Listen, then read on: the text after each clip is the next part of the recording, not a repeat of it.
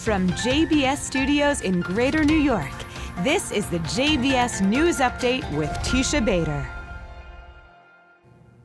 I'm Teisha Bader with the JBS News Update for Friday, September the 14th, 2018. Some 12,000 Palestinians took part in violent riots today along the Gaza border fence, burning tires and throwing rocks at IDF soldiers who used riot control measures and also reportedly used live fire in accordance with regulations. The Hamas-run Gaza Health Ministry said 2 Palestinians had been killed. Early this morning, 3 Palestinians threw a pipe bomb at soldiers near the fence. They in turn opened fire. No injuries were reported. Also this morning, the IDF found and detonated a bomb planted along the Gaza border fence. It was hidden in a pile of dirt and had a receiver attached to it, allowing for remote activation. This follows another IED discovered near the fence yesterday. Both were safely detonated. 2 fires were also sparked by incendiary devices sent over the Gaza fence into southern Israel today, and a bunch of balloons that were attached to an unlit detonator, thought to have also been sent from Gaza, landed in a playground in the southern Israeli town of Kiryat Gat. All were safely dealt with by Israeli forces. And staying with the IDF, the Israeli army said it is ending Operation Good Neighbor after 5 years of humanitarian assistance to Syrian civilians impacted from the civil war. According to the IDF, over 4,900 Syrians were brought into Israeli hospitals for medical treatment since 2013, 1,300 of them children. 7,000 Syrians were treated in the day clinic on the Israeli-Syrian border. Israel also transferred tons of food, fuel, medical equipment, and medication and other crucial items to Syria over the last 5 years. The IDF said that while humanitarian problems continue in the area near the border, Syrian dictator Bashar Assad has now taken control of it. They said the large and long-running humanitarian activity has come to an end with the return of the Syrian regime to southern Syria. Israeli Prime Minister Benjamin Netanyahu met today with the foreign ministers of Greece and Cyprus in Jerusalem, Nikos Koutsias and Nikos Christodoulidis, respectively. The trilateral meeting is a continuation of cooperation between the 3 countries. Our friends, Foreign Minister Christodoulidis and Foreign Minister Koutsias, this is one of our regular meetings between Israel, Greece and Cyprus.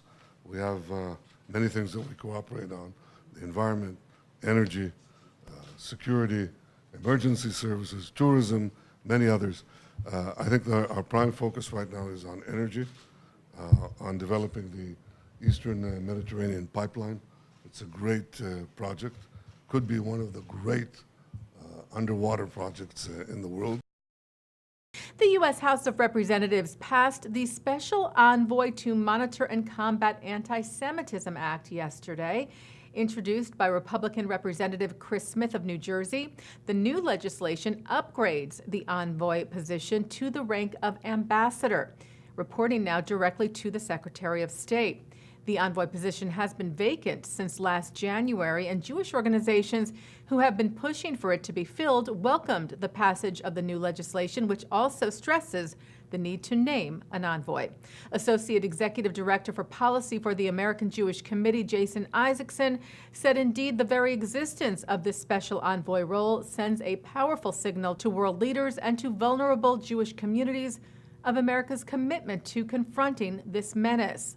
B'nai B'rith International said the bill not only strengthens the position of the individual who will hold this post, but also sends a clear message as anti-Semitism surges globally that the U.S. will not tolerate hatred and bigotry. Well, in a historic first, an Israeli court ruled yesterday that someone who converted to Judaism in Israel outside the chief rabbinate can be recognized as Jewish in Israel's population registry. The lawsuit related to a woman converted to Judaism through an organization called Giyur Kahalacha, which operates independently of the ultra-Orthodox rabbinate. Jerusalem District Court Judge Aaron Farkash wrote, given that the individual went through a conversion, she should be registered as Jewish in the population registry. The Times of Israel notes in their report on this that the court's decision only relates to the woman's legal status and does not necessarily mean that she would be recognized regarding her Jewish status by the rabbinate. Taking a look now at our programming for tonight on JBS. For Friday, September the 14th, live Shabbat services are coming up at 6 o'clock from New York City's Central Synagogue, followed by Hazamir Chorale in concert. At 8, Rabbi Harold Kushner speaks at the 92nd Street Y. At 9, it's the film A Jewish Spirit Sings. At 10, a celebration of the life and music of Irving Berlin. And coming up right after this newscast tonight, remarks from U.S. Ambassador to the UN Nikki Haley at the Israeli-American Council. And then Rabbi Shlomo Riskin takes a look at this week's Torah portion. And a programming reminder for you that tomorrow night, Saturday night at 9 Eastern, JBS will broadcast Slichot services with one of the world's foremost cantors, Netanel Hirschdick of the Hampton Synagogue. And that's the JBS News Update for Friday, September the 14th, 2018. I'm Teisha Bader. Shabbat Shalom.